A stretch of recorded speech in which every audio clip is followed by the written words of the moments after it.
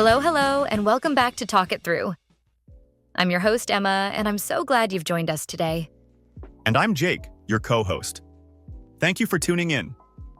Wherever you're listening, whether you're on your morning walk, commuting, or just relaxing at home, we're so happy to have you here.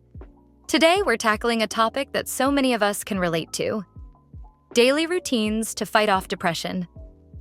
Depression is something that doesn't discriminate. It can affect anyone at any stage of life. But here's the good news. By making small, intentional changes to your daily routine, you can take steps to regain control and start feeling better. By the end of today's episode, you'll walk away with actionable tips, real-life examples, and new ways to think about routines that could completely transform your day-to-day life. We'll also share personal stories and explore practical routines that you can start today. And don't worry, this isn't about creating a perfect schedule. It's about finding what works for you. So stick around, because this episode is packed with insights, relatable moments, and tools to help you feel a little more in control. And before we dive in, we want to hear from you. What's the one part of your daily routine that you can't live without? Maybe it's your morning coffee, a short walk, or even a favorite podcast. Drop your answers in the comments. We'd love to know. Depression can feel like a heavy weight that stops you from doing even the simplest things. Have you ever had those days, Jake, where it feels like everything is just too much? Oh, absolutely. I remember times when even getting out of bed felt like a monumental task, and the idea of fixing my life just seemed impossible. That's the thing. When you're feeling low, even small tasks can feel overwhelming. That's why routines can be so powerful. They're like a roadmap for your day, giving you structure when you feel lost. Exactly.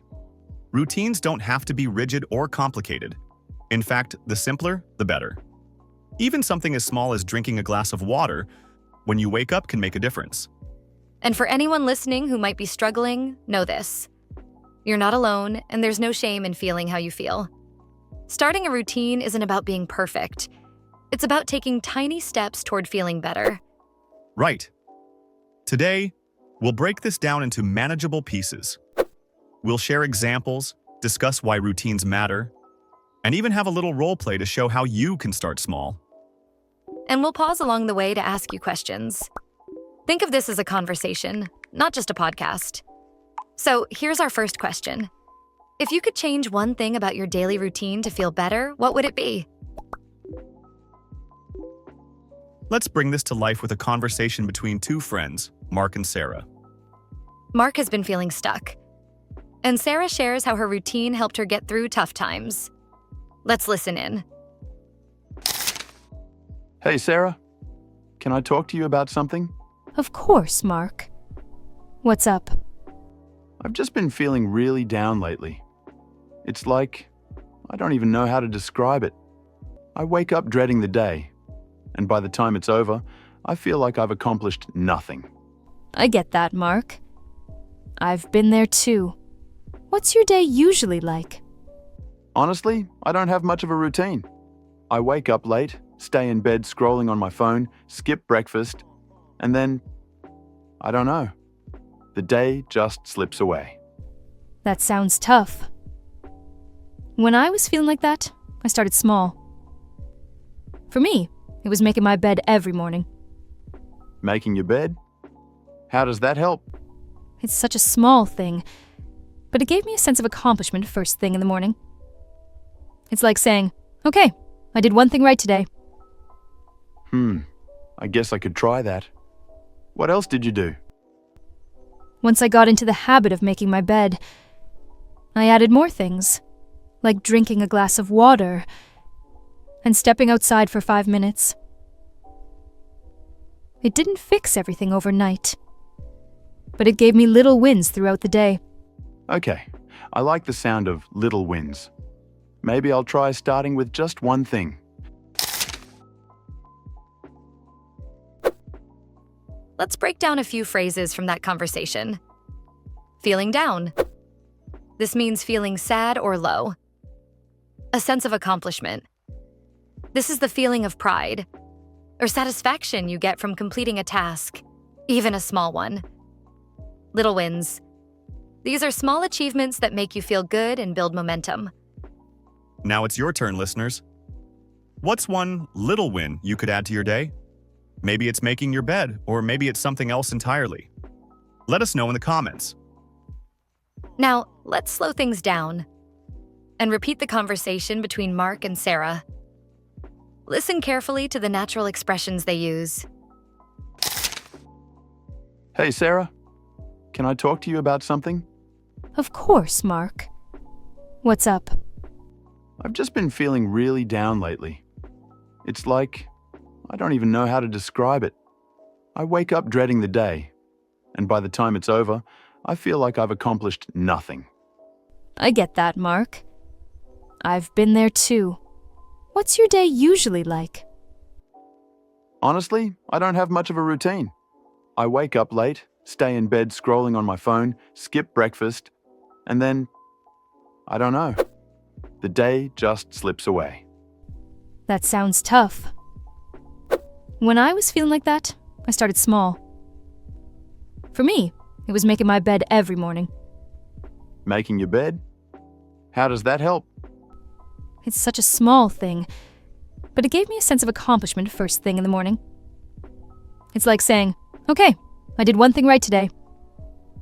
I guess I could try that. What else did you do? Once I got into the habit of making my bed, I added more things, like drinking a glass of water and stepping outside for 5 minutes.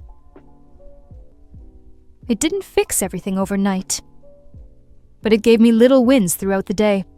Okay, I like the sound of little wins. Maybe I'll try starting with just one thing. As you listen, try to notice how Sarah uses phrases like start small and little wins to encourage Mark. And if you're practicing your English, why not try repeating parts of the dialogue out loud? It's a great way to build confidence. So, Emma, let's dive into the science behind why routines are so effective for fighting off depression. Absolutely. One big reason is that routines create structure. When life feels chaotic or overwhelming, a routine gives you something to hold on to. It's like having a safety net. Even if your emotions are all over the place, you know what's coming next in your day. Another benefit is that routines can help regulate your body's natural rhythms, like sleep and appetite, which are often disrupted by depression. And let's not forget the psychological benefits. When you complete even a small task, your brain releases dopamine, which is a feel-good chemical. That's why things like making your bed or taking a short walk can boost your mood. Exactly. And the key is to start small. Don't try to overhaul your entire life overnight. Pick 1 or 2 things that feel doable and build from there. For example, you might start by setting an alarm and waking up at the same time every day. Once that becomes a habit, you can add something like stretching for 5 minutes or journaling your thoughts. Speaking of journaling, Jake, have you ever tried it? I have actually. During a tough time last year, I started writing down 3 things I was grateful for every night. It helped me focus on the positive, even when things felt bleak. That's such a great habit. And listeners, here's a challenge for you. Tonight, before you go to bed, write down 3 things you're grateful for. It can be as simple as I enjoyed my morning coffee, or I heard a song I love. And if you're comfortable sharing, we'd love to hear your gratitude list in the comments. Let's talk about our personal routines, Jake. What's one habit that's made a big difference in your life? For me, it's going for a walk every morning.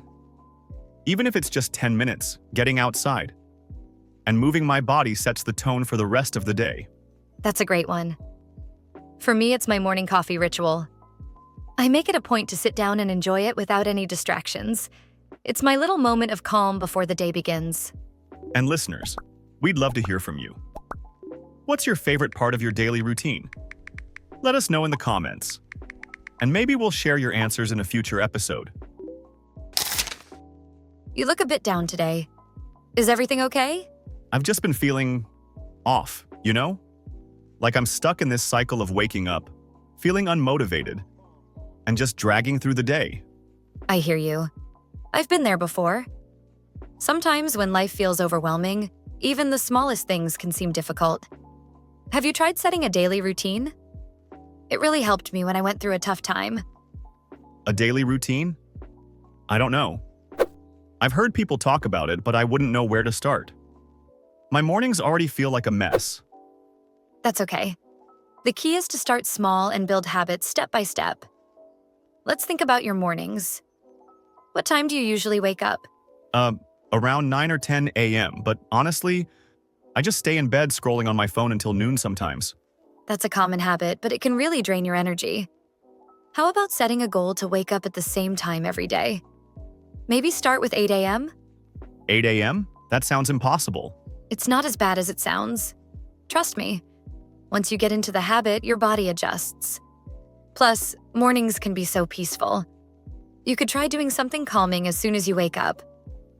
Like what? I can't picture myself doing yoga or anything fancy. It doesn't have to be fancy. You could stretch, take a few deep breaths, or even sit by the window with a cup of tea or coffee. The idea is to start your day intentionally. I like the sound of sitting by the window. That feels doable. But what next?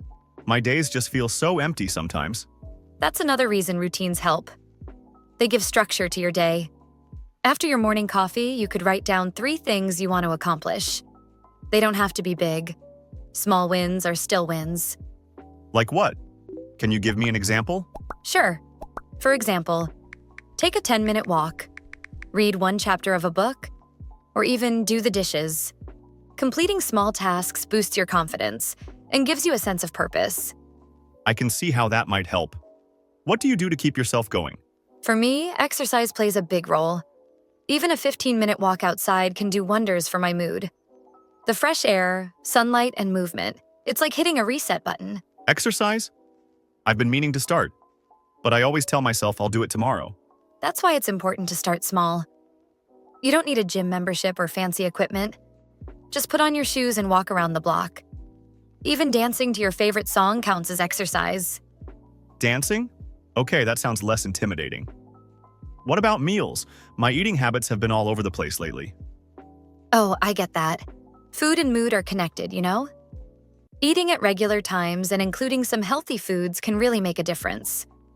For example, starting your day with a good breakfast can give you energy and improve your focus. I usually skip breakfast or just grab coffee. What's a good breakfast? Something simple but nutritious. Maybe scrambled eggs, a slice of whole grain toast, and some fruit. Or oatmeal with nuts and a bit of honey. That doesn't sound too hard. What do you do in the evenings? My evenings feel the worst. Evenings can be tricky. I like to wind down with something relaxing, reading, listening to calming music, or journaling. Have you tried writing down your thoughts? Journaling? I'm not really a writer. You don't have to be. Just jot down whatever's on your mind. It could be things you're grateful for, something that made you smile, or even things that are bothering you. It's like clearing out mental clutter. I could give that a try. But what about when I just feel too overwhelmed to do anything? That's totally normal. On those days, the goal is to be kind to yourself. Even if all you do is take a shower and sit outside for a bit, that's enough.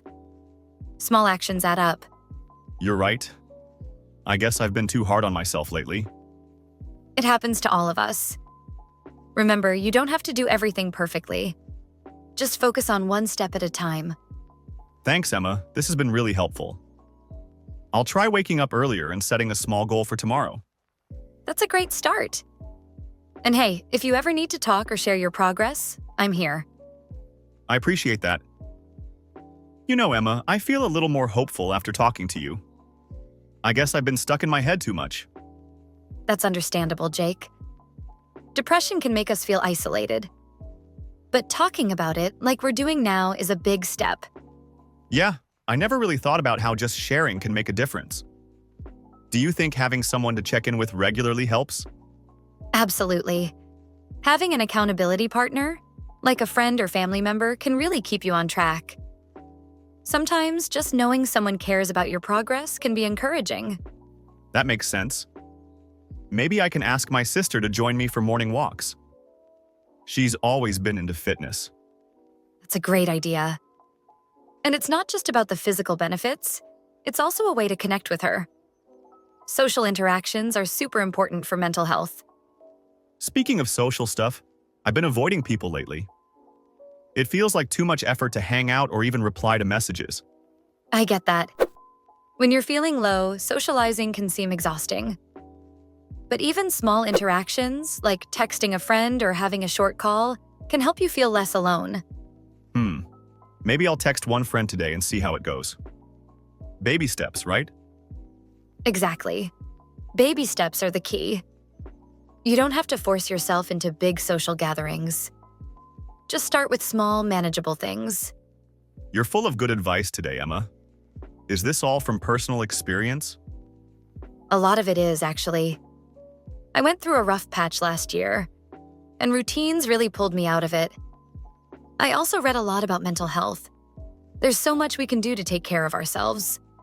Any books or resources you'd recommend? Oh, definitely. There's a book called Atomic Habits by James Clear that's amazing for building routines. It's all about making small changes that lead to big results over time. I've heard of that one. I might check it out.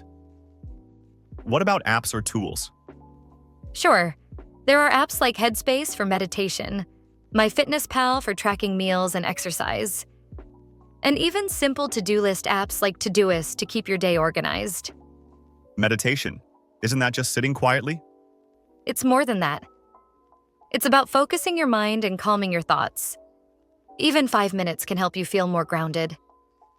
Okay, I'll add it to my list. This is starting to feel like a plan. That's the spirit. And remember, it's not about being perfect. Some days will be harder than others, but that's okay. Just keep moving forward, even if it's one small step at a time. Thanks, Emma. You've given me so many ideas. I feel like I have a roadmap now. I'm glad to hear that, Jake. Tell me, how did the past week go? Did you try waking up earlier? I did. Not every day, though. I managed to wake up at 8 a.m. on 3 days, which is a huge improvement for me. That's fantastic. Progress, not perfection, remember? What did you do after waking up? I started sitting by the window with my coffee like you suggested. I even wrote down a couple of things I wanted to do for the day. That's a great start. What kinds of things did you write down? Simple stuff like take a 10-minute walk, reply to a friend's text, or read a few pages of a book. It felt good to cross them off. That's the power of small wins. How about the walks? Did you enjoy them? Actually, yes. On one of the walks, I noticed how nice the weather was. I even saw some kids playing in the park and it made me smile. See? Little moments like that can brighten your day. Did you try texting a friend like you mentioned last time? I did. I texted an old college friend I hadn't spoken to in months. We ended up chatting for an hour. It felt good to reconnect. That's wonderful, Jake. Social connection can be so healing. What about evenings? Did you try journaling or something relaxing? I gave journaling a shot. It was awkward at first, but I just wrote whatever came to mind, how my day went, things I noticed during my walk, and even stuff I'm worried about. That's exactly how to do it. Journaling doesn't have to be perfect or poetic. It's just for you. Did it help? Yeah, it helped me sort through my thoughts. I even noticed a couple of positive things I wouldn't have thought about otherwise. That's amazing progress, Jake. You've really taken some big steps in just a week. Thanks, Emma. I owe it to you for encouraging me. I even looked up that book you mentioned, Atomic Habits. I haven't started it yet, but it's on my list. That's great. Take your time with it. The ideas in that book can really help you build habits that stick. By the way, I've been thinking about adding something new to my routine. Do you think it's a good idea, or should I stick to what I'm doing now? It's a great idea to slowly add new things. What do you have in mind? I was thinking of trying meditation. You mentioned it last time, and I feel like it might help me deal with stress. Meditation is an excellent idea. Start small, maybe just 2 or 3 minutes a day. You can use an app or just sit quietly and focus on your breathing. 2 or 3 minutes sounds manageable. I think I'll try it tomorrow morning. Perfect. And remember, if it feels hard at first, that's okay. It gets easier with practice. Got it. You know, Emma, I feel like I'm finally gaining some control over my life. It's a nice feeling. That's so good to hear, Jake. You've done the hard part, taking the first step. Keep building on it and things will keep improving. Thanks, Emma. I'm really grateful for your support. It's made such a difference. Anytime, Jake. I'm here for you. And hey, next time we meet, let's talk about how your meditation practice is going. Well, Jake, this has been such an insightful conversation. It really has. I hope today's episode has inspired our listeners to take those first small steps toward building routines that work for them. Remember, it's not about being perfect. It's about progress. And every small step counts. Thank you all for joining us today. Don't forget to subscribe, leave a review, and share this episode with someone who might need a little encouragement. Take care, and we'll see you next time on Talk It Through.